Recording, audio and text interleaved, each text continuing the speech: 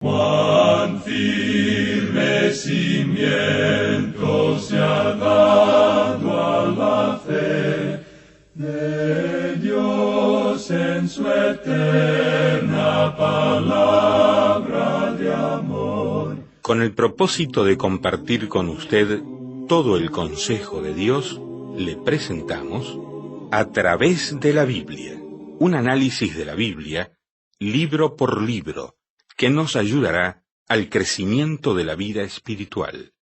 Estos estudios fueron diseñados por el Dr. J. Vernon McGee, destacado maestro y expositor de la Biblia.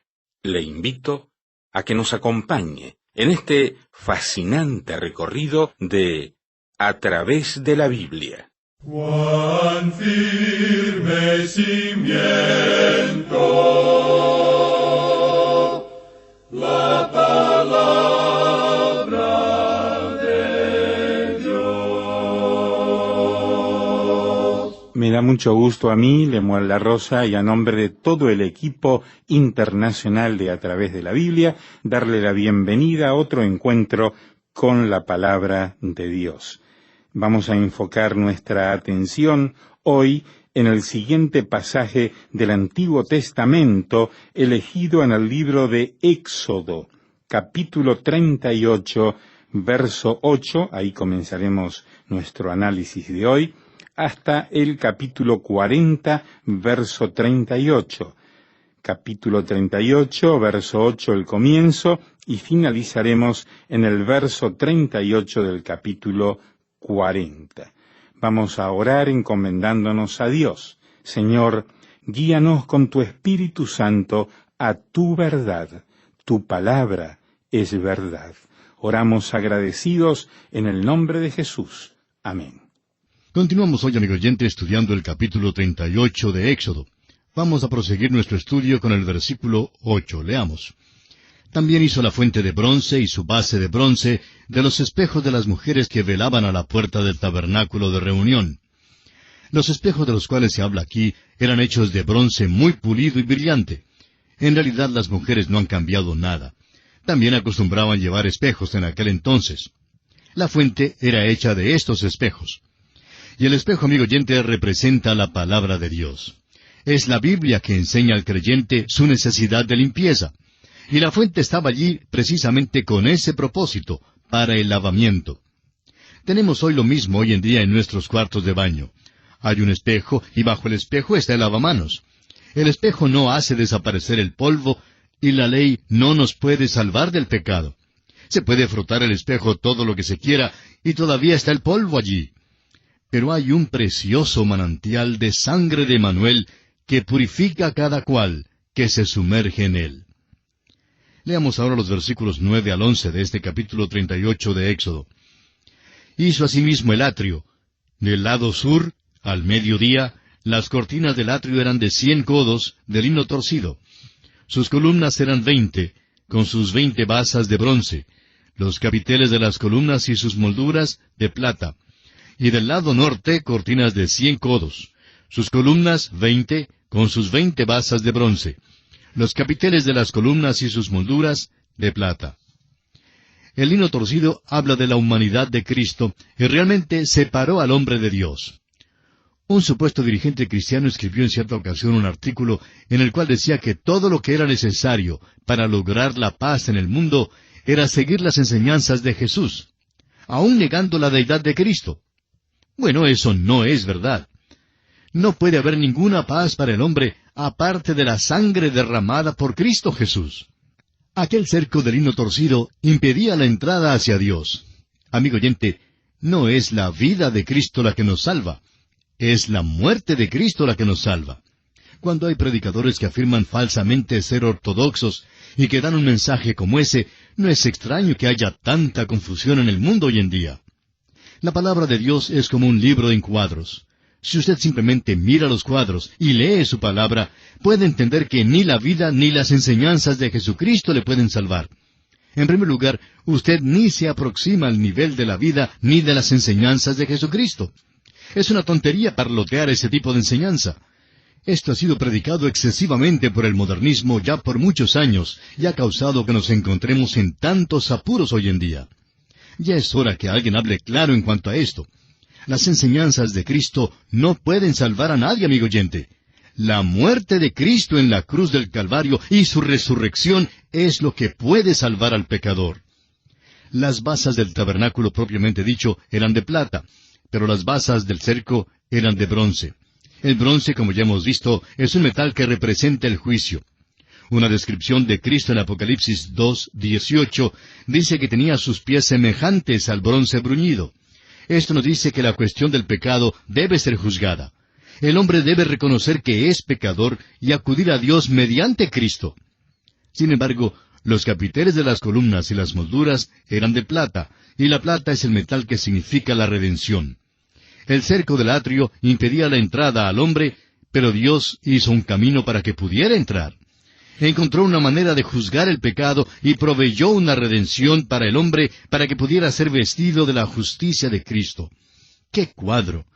Usted puede mirar el tabernáculo y recibir el Evangelio. Dios nos lo ha dado en forma de cuadro. Ahora había una entrada al atrio. El hombre no escalaba el cerco. Tenía que pasar por la entrada. El versículo 18 dice, «La cortina de la entrada del atrio era de obra de recamador, de azul, púrpura, carmesí y lino torcido. Era de 20 codos de longitud y su anchura, o sea, su altura, era de 5 codos, lo mismo que las cortinas del atrio». Todo el material y el color habla de la persona de Cristo. Ya hemos estudiado esto, pero no sería malo repetirlo. El azul habla del hecho de que Él vino del cielo como deidad. El carmesí habla de su humanidad y la sangre que derramó por todos los hombres. El azul y el carmesí combinados hacen una púrpura que habla de su majestad. Él nació rey de los judíos. Ahora la entrada era tan alta como el cerco. Este cerco era de 2,5 metros de altura y sería difícil aún para un jugador de baloncesto mirar por encima. No se podía pasar al atrio sino solamente por medio de esta entrada. Era una entrada ancha, lo suficientemente ancha como para dar entrada a cualquier pecador, pero era el único camino por el cual uno podía entrar. Cristo ha dicho que Él es el camino, la verdad y la vida, y que nadie viene al Padre sino únicamente por medio de Él. Bueno, la entrada al atrio era el camino. Cristo también dijo que si se va a adorar a Dios, hay que adorarle en espíritu y en verdad. Ahora, no es que queramos ser duros, pero la verdad es que usted, amigo oyente, no adora a Dios en una iglesia modernista. Debe adorarle en verdad. No le es posible negar la deidad de Cristo, ni el hecho de que Él murió por usted y a la vez adorarle. Lo que hace en verdad es insultar a Dios. Sería mucho mejor que muchos de los llamados cristianos no asistieran a ninguna iglesia. Su propia condición no es buena. Tampoco lo es la de la iglesia a la cual asisten, e insultan al Señor Jesucristo. Ahora permítanos dirigir su atención a la pregunta en cuanto al israelita individual. La nación de Israel es llamada hijo. Dios nunca llamó al individuo hijo. La pregunta se hacía y todavía se hace hoy, ¿quién es judío? ¿Es judío uno que ha nacido judío? ¿O le hace judío su religión? En el Antiguo Testamento le era necesario ser nacido así para poder ser judío. Ahora Dios ha dado una provisión para que todos puedan ser redimidos, sean judíos o no, lo que significa que cada individuo debe renacer. Veamos ahora el costo del tabernáculo. Leamos los versículos 25 y 26 de Éxodo 38. Y la plata de los empadronados de la congregación fue 100 talentos y 1,775 siclos, según el ciclo del santuario. Medio ciclo por cabeza, según el ciclo del santuario. A todos los que pasaron por el censo de edad de 20 años arriba, que fueron 603,550. Estas son las medidas, y no le podemos decir qué significan, pero no es importante que lo sepamos. Lo importante es el mensaje espiritual. Los judíos trajeron plata porque era el metal de la redención. Cada israelita tenía que ser redimido para ser aceptado. Nosotros hemos sido redimidos con la preciosa sangre de Cristo, la cual es más preciosa que la plata o el oro. Ahora bien, cada individuo israelita no era salvo. Solo un remanente de la nación fue salvo. De la misma manera, no todos los miembros de las iglesias hoy en día son salvos. Solamente unos pocos se salvan. Un hombre rico, miembro de una iglesia, confesó que por muchísimo tiempo él y su esposa habían estado jugando a la iglesia. Dijo él, nos sentamos con los otros hipócritas. Ninguno de nosotros éramos renacidos, simplemente fingíamos ser cristianos. Antes de la puesta del sol nos emborrachábamos. Y amigo oyente, muchos viven así como este hombre vivía. Pero Dios nos dice que tenemos que ser redimidos para ser aceptables delante de Él. Leamos ahora el versículo 27 de Éxodo, capítulo 38. Hubo además 100 talentos de plata para fundir las basas del santuario y las basas del velo. En 100 basas, 100 talentos a talento por basa. Las basas fueron hechas del dinero de redención. Aquí es donde el tabernáculo propiamente dicho fue puesto. Se apoyaba sobre plata, se apoyaba sobre la redención. Y cada individuo tendrá que aceptar personalmente la redención que hay en Cristo Jesús. Usted, amigo oyente, tiene que pagar el precio de la redención. Ahora, ¿cuál es el precio? Para usted, la única condición es que debe tener sed. ¿Quisiera usted beber el agua de la vida? Es gratis. La salvación es gratis, pero no es barata. Le costó a Dios todo. Dio al mundo su Hijo único para morir en la cruz y pagar así el precio de nuestra redención. Somos redimidos por la sangre de Cristo. En el desierto, la redención fue impuesta a la nación de Israel, pero al entrar ellos en la tierra, si querían ser contados con los redimidos, tenían que pagar el precio de la redención. Gracias a Dios que ya ha sido pagado el precio por nosotros. No cuesta ningún dinero, no tiene ningún precio, pero usted debe tener sed de ella. Amigo oyente, ¿quiere usted ser salvo? ¿Reconoce usted que le falta algo y que es pecador? Entonces venga, el precio ya ha sido pagado. Cristo ya ha derramado su preciosa sangre por usted. Le permite venir a Dios y ser aceptado por Él mediante Cristo. Y así concluimos nuestro estudio del capítulo 38 del libro de Éxodo. Nos encontramos ahora en el capítulo 39. En este capítulo veremos las vestiduras del ministerio y los ornamentos del sumo sacerdote, el efod, el pectoral, el manto y la túnica, la mitra, etc. Todo esto es visto y aprobado por Moisés. Aarón era el sumo sacerdote y todas las vestiduras que él llevaba hablaban de la persona de Cristo. Ya nos han dado el modelo para estas vestiduras. Leamos los primeros 2 versículos de este capítulo 39 de Éxodo. Del azul, púrpura y carmesí hicieron las vestiduras del ministerio para ministrar en el santuario, y asimismo hicieron las vestiduras sagradas para Aarón, como Jehová lo había mandado a Moisés. Hizo también el efod de oro, de azul, púrpura, carmesí y lino torcido. Estas vestiduras son llamadas sagradas. Estaban tejidas de un modo bastante raro. Ninguna de las vestiduras del sumo sacerdote era ordinaria o simple. En este capítulo también son llamadas vestiduras de gloria de hermosura. Se le da gran énfasis a la mitra que Aarón llevaba en su cabeza con la inscripción Santidad a Jehová. Fundamentalmente se vistió Aarón de la misma ropa que los otros sacerdotes llevaban. Llevaba una vestidura de lino blanco sobre algo como pantalones porque su desnudez no debía ser revelada, aunque al parecer servían descalzos en el tabernáculo. En el gran día de la expiación, cuando Aarón llevaba la sangre al lugar santísimo, ponía a un lado todas sus vestiduras de hermosura y de gloria y llevaba solo las vestiduras simples de afuera. El lino blanco que llevaban los sacerdotes habla de justicia. Y el profeta Isaías nos dice en su profecía, capítulo 52, versículo 11, Apartaos, apartaos, salid de ahí, no toquéis cosa inmunda, salid de en medio de ella, purificaos los que lleváis los utensilios de Jehová. Dios todavía dice esto. No creemos que Dios use a un predicador pecaminoso, ni a un maestro pecador, ni a un laico que peca, no importa lo brillante o talentoso que sea. No hacen nada para Dios, porque Él no aceptará su obra. Están edificando con madera, heno y hojarasca. Debemos ser vestidos de la justicia de Cristo y luego vivir una vida que apoye eso. Esta es la lección que nos enseñan estas vestiduras básicas. Es interesante notar que cuando Aarón entraba en el lugar santísimo para ofrecer el sacrificio por el pecado del pueblo, ponía a un lado sus vestiduras de gloria y de hermosura. Cuando el Señor Jesús vino a la tierra, Él no puso a un lado su deidad, pero sí desechó las vestiduras de gloria y de hermosura. Puso a un lado sus prerrogativas como Dios. Hizo a un lado la gloria Shekinah y vino a la tierra como un ser humano. Nació un bebé. Y el hombre no está buscando un bebé, sino un rey. Luego se ofreció como sacrificio por el pecado. murió en su humanidad. Dios no murió en una cruz. Y aquellos que creen que Dios murió, nos gustaría preguntarles, ¿qué significa la muerte? Cuando Jesucristo murió en la cruz, quedó separado de Dios, eso es verdad. Hubo un rompimiento en la deidad, esto es seguro. Cuando Cristo fue hecho pecado por nosotros, el que no conoció pecado. Pero aún en ese momento, Dios estaba en Cristo, reconciliando consigo al mundo, no tomándoles en cuenta a los hombres sus pecados, y nos encargó a nosotros la palabra de la reconciliación. Esto es lo que expresa el apóstol Pablo en su segunda carta a los Corintios, capítulo 5, versículo 19.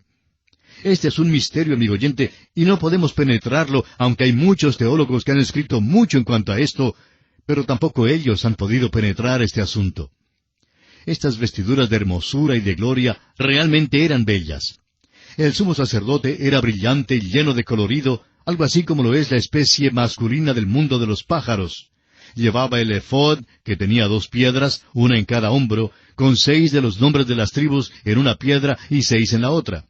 Eso hablaba de la fuerza y habilidad o capacidad de nuestro Señor. Cuando una oveja se pierde, nuestro gran Salvador la busca, la pone en sus hombros y la trae de nuevo al redil. Gracias a Dios que tenemos a un Salvador que nos puede poner en sus hombros y traernos sin peligro al redil. Hebreos 7:25 dice que puede también salvar perpetuamente a los que por Él se acercan a Dios. El sumo sacerdote también llevaba un pectoral, que era como un chaleco. Tenía 12 piedras preciosas, y así era una cosa de gran belleza. Al parecer, tenía también un tipo de bolsillo donde ponían el Urim y el Tumim. El Urim y el Tumim tenían algo que ver con la predicción del futuro. La Biblia no nos dice cómo funcionaban. Estas piedras bellas en el pectoral hablan del hecho de que Cristo nos lleva hoy en día en su corazón. Nos ama. Juan 3:16 nos dice, porque de tal manera amó Dios al mundo, que ha dado a su Hijo unigénito, para que todo aquel que en Él cree no se pierda, mas tenga vida eterna. Estas piedras describen su gran amor por nosotros. Ahora, en el manto del efod estaban las campanillas de oro y las granadas, para que cuando el sumo sacerdote estuviese sirviendo, se pudiera oír sonar las campanillas cuando entraba en el lugar santo. La granada habla de la vida fructífera del creyente. Las campanillas hablan del testimonio de esa vida. Cuando el sacerdote estaba en el lugar santo, los israelitas podían decir, bueno, está allí en el lugar de adoración sirviendo por nosotros. Sabemos que está allí porque podemos oír sonar las campanillas. Eso debe atraernos a la persona de Cristo, amigo oyente, pero francamente no oímos sonar muchas campanillas los domingos por la mañana. Cuando una persona puede llegar a la presencia de Cristo por medio de la predicación de la palabra de Dios, entonces podemos decir que ha sonado la campanilla. Amigo oyente, si alguna actividad cristiana no le permite a usted oír las campanillas de vez en cuando, debe entonces involucrarse en otra actividad cristiana. Ahora, a veces uno cree que oye sonar las campanillas cuando en realidad no suenan. Eso es la cosa más mala que puede sucederle a uno en todo el mundo. Escuchar las campanillas del sumo sacerdote era una experiencia maravillosa. ¿Qué cuadro dan las vestiduras del sacerdote? La mitra en su cabeza decía, Santidad a Jehová. Esto habla de la santidad y tiene que ver con la vida interior. Pero lo importante es que significa que el sumo sacerdote se ha entregado completamente a la obra del ministerio. Santo significa cualquier cosa que sea separado para el uso de Dios. Ahora quisiéramos decir algo especialmente a los predicadores. Hay muchísimas personas que quieren que el predicador haga de todo lo que hay debajo del sol. Quieren que sea sociable, que les dé palmaditas y que hasta sirva de niñera, tanto como de predicador. No es extraño entonces que haya muchos predicadores que sufran de una crisis nerviosa. Muchos predicadores no son nada menos que nodrizas para una congregación de bebés en Cristo. Al predicador que se para en el púlpito hoy en día, le debe ser posible llevar la mitra Santidad a Jehová. Eso es. Debe tener tiempo para preparar un mensaje, debe tener tiempo para pasar tiempo en oración. Es sorprendente que sean tantos los que confían al predicador que salga los sábados en la noche. Aquel día debe ser su día para meditar y prepararse. Una vez un anciano dijo a un predicador, le agradezco cuando viene a visitarme, pero déjeme decirle lo que me gustaría que usted hiciera. Me gustaría que pasara el tiempo preparando un mensaje en lugar de visitarme. Mis negocios son difíciles para mí hoy en día, y me canso, y a veces estoy muy desalentado. Cuando yo llego a la iglesia los domingos, quiero escuchar algo que venga de Dios. Necesito ayuda, y espero que usted pase el sábado preparándose para que yo pueda escuchar algo del cielo, los domingos por la mañana y por la noche. Amigo oyente, creemos que este hombre tenía derecho de decir eso. Amigo oyente, necesitamos reconocer el hecho de que los predicadores deben llevar la mitra. Sin ella, nuestro ministerio para el Señor no será eficaz. Y así, amigo oyente, concluye nuestro estudio del capítulo 39 de Éxodo. Y entramos ahora al capítulo final, el capítulo 40. En este capítulo, Dios manda a levantar y a ungir el tabernáculo. Aarón y sus hijos deben ser santificados, y una nube cubre el tabernáculo. En este capítulo se está levantando el tabernáculo. Queremos considerar una sola cosa porque ya hemos considerado el mobiliario y las vestiduras del sacerdote. Cuando Moisés mandó levantar el tabernáculo en el campamento de Israel, algo asombroso sucedió. Leamos los versículos 34 al 38 de este capítulo 40 de Éxodo.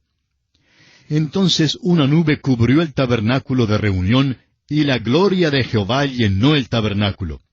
Y no podía Moisés entrar en el tabernáculo de reunión, porque la nube estaba sobre él, y la gloria de Jehová lo llenaba. Y cuando la nube se alzaba del tabernáculo, los hijos de Israel se movían en todas sus jornadas. Pero si la nube no se alzaba, no se movían hasta el día en que ella se alzaba. Porque la nube de Jehová estaba de día sobre el tabernáculo, y el fuego estaba de noche sobre él, a vista de toda la casa de Israel en todas sus jornadas. Cuando el apóstol Pablo trata de identificar a los israelitas en el libro de Romanos, él dice, ¿quiénes son israelitas? Una de las cosas que los puso aparte de las demás gentes era la gloria Shekinah. Así lo dice Pablo en su carta a los Romanos capítulo 9 versículo 4, que son israelitas de los cuales son la adopción, la gloria, el pacto, la promulgación de la ley, el culto y las promesas. Los israelitas fueron los únicos que disfrutaron de la gloria de Dios, es decir, la presencia visible de Dios. Ella los guiaba a través del desierto. La nube se elevaba en la mañana si tenían que viajar en ese día. Si no se elevaba, los israelitas debían quedarse en el campamento. No trataban de viajar en ese día. Nunca viajaban según su propia sabiduría ni juicio. No votaban en cuanto a si debían viajar o no, y Moisés tampoco hacía la decisión.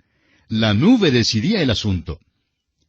A veces decimos en nuestras iglesias que Cristo es la cabeza de la iglesia. ¿Qué le parece la iglesia suya? ¿Es Cristo la cabeza de su iglesia? ¿Estamos siguiendo la nube hoy en día o metemos a un hombre en la junta directiva de la iglesia por razón de que es un buen negociante? Se oye decir a las personas hoy, quiero hablar con mi pastor en cuanto a este problema. Quiero decirle lo que debe hacer.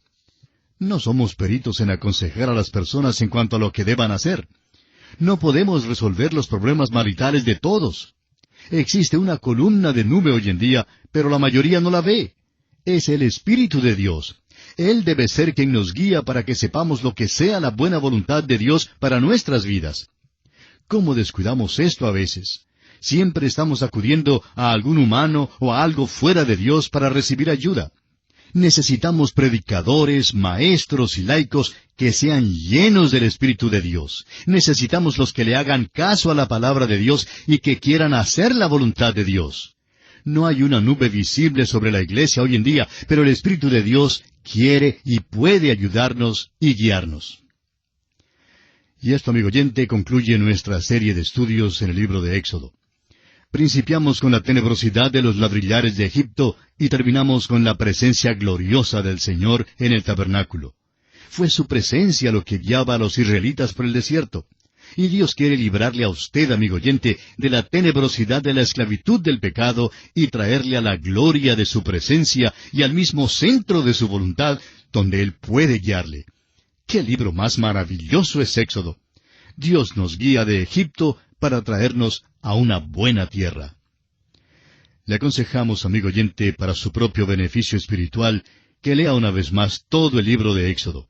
Y diríamos que el versículo clave de este libro se encuentra en el capítulo 20, versículo 2, donde leemos, «Yo soy Jehová tu Dios, que te saqué de la tierra de Egipto, de casa de servidumbre». Es nuestra oración que Dios haya sacado su alma de la esclavitud del pecado y le haya trasladado al reino de su amado Hijo, Jesucristo. Dios mediante, en nuestro próximo programa, retornaremos al Nuevo Testamento para dar inicio al estudio del Evangelio según San Marcos. Contamos como siempre con su fiel y amable sintonía. Será pues hasta nuestro próximo programa. Que Dios le bendiga, es nuestra ferviente oración. Así terminamos por hoy. ¿Cómo le ayudó? ¿Qué le pareció el estudio de hoy? Escríbanos y le contestaremos. Gracias por apoyarnos en oración, ofrendas y donaciones, para que podamos seguir con estos programas en esta emisora. Les enviaremos gratis a los que piden los libros con notas y bosquejos de cada estudio. Escriba a través de la Biblia, apartado 2805, Miami, Florida, 33265, 2805, Estados Unidos.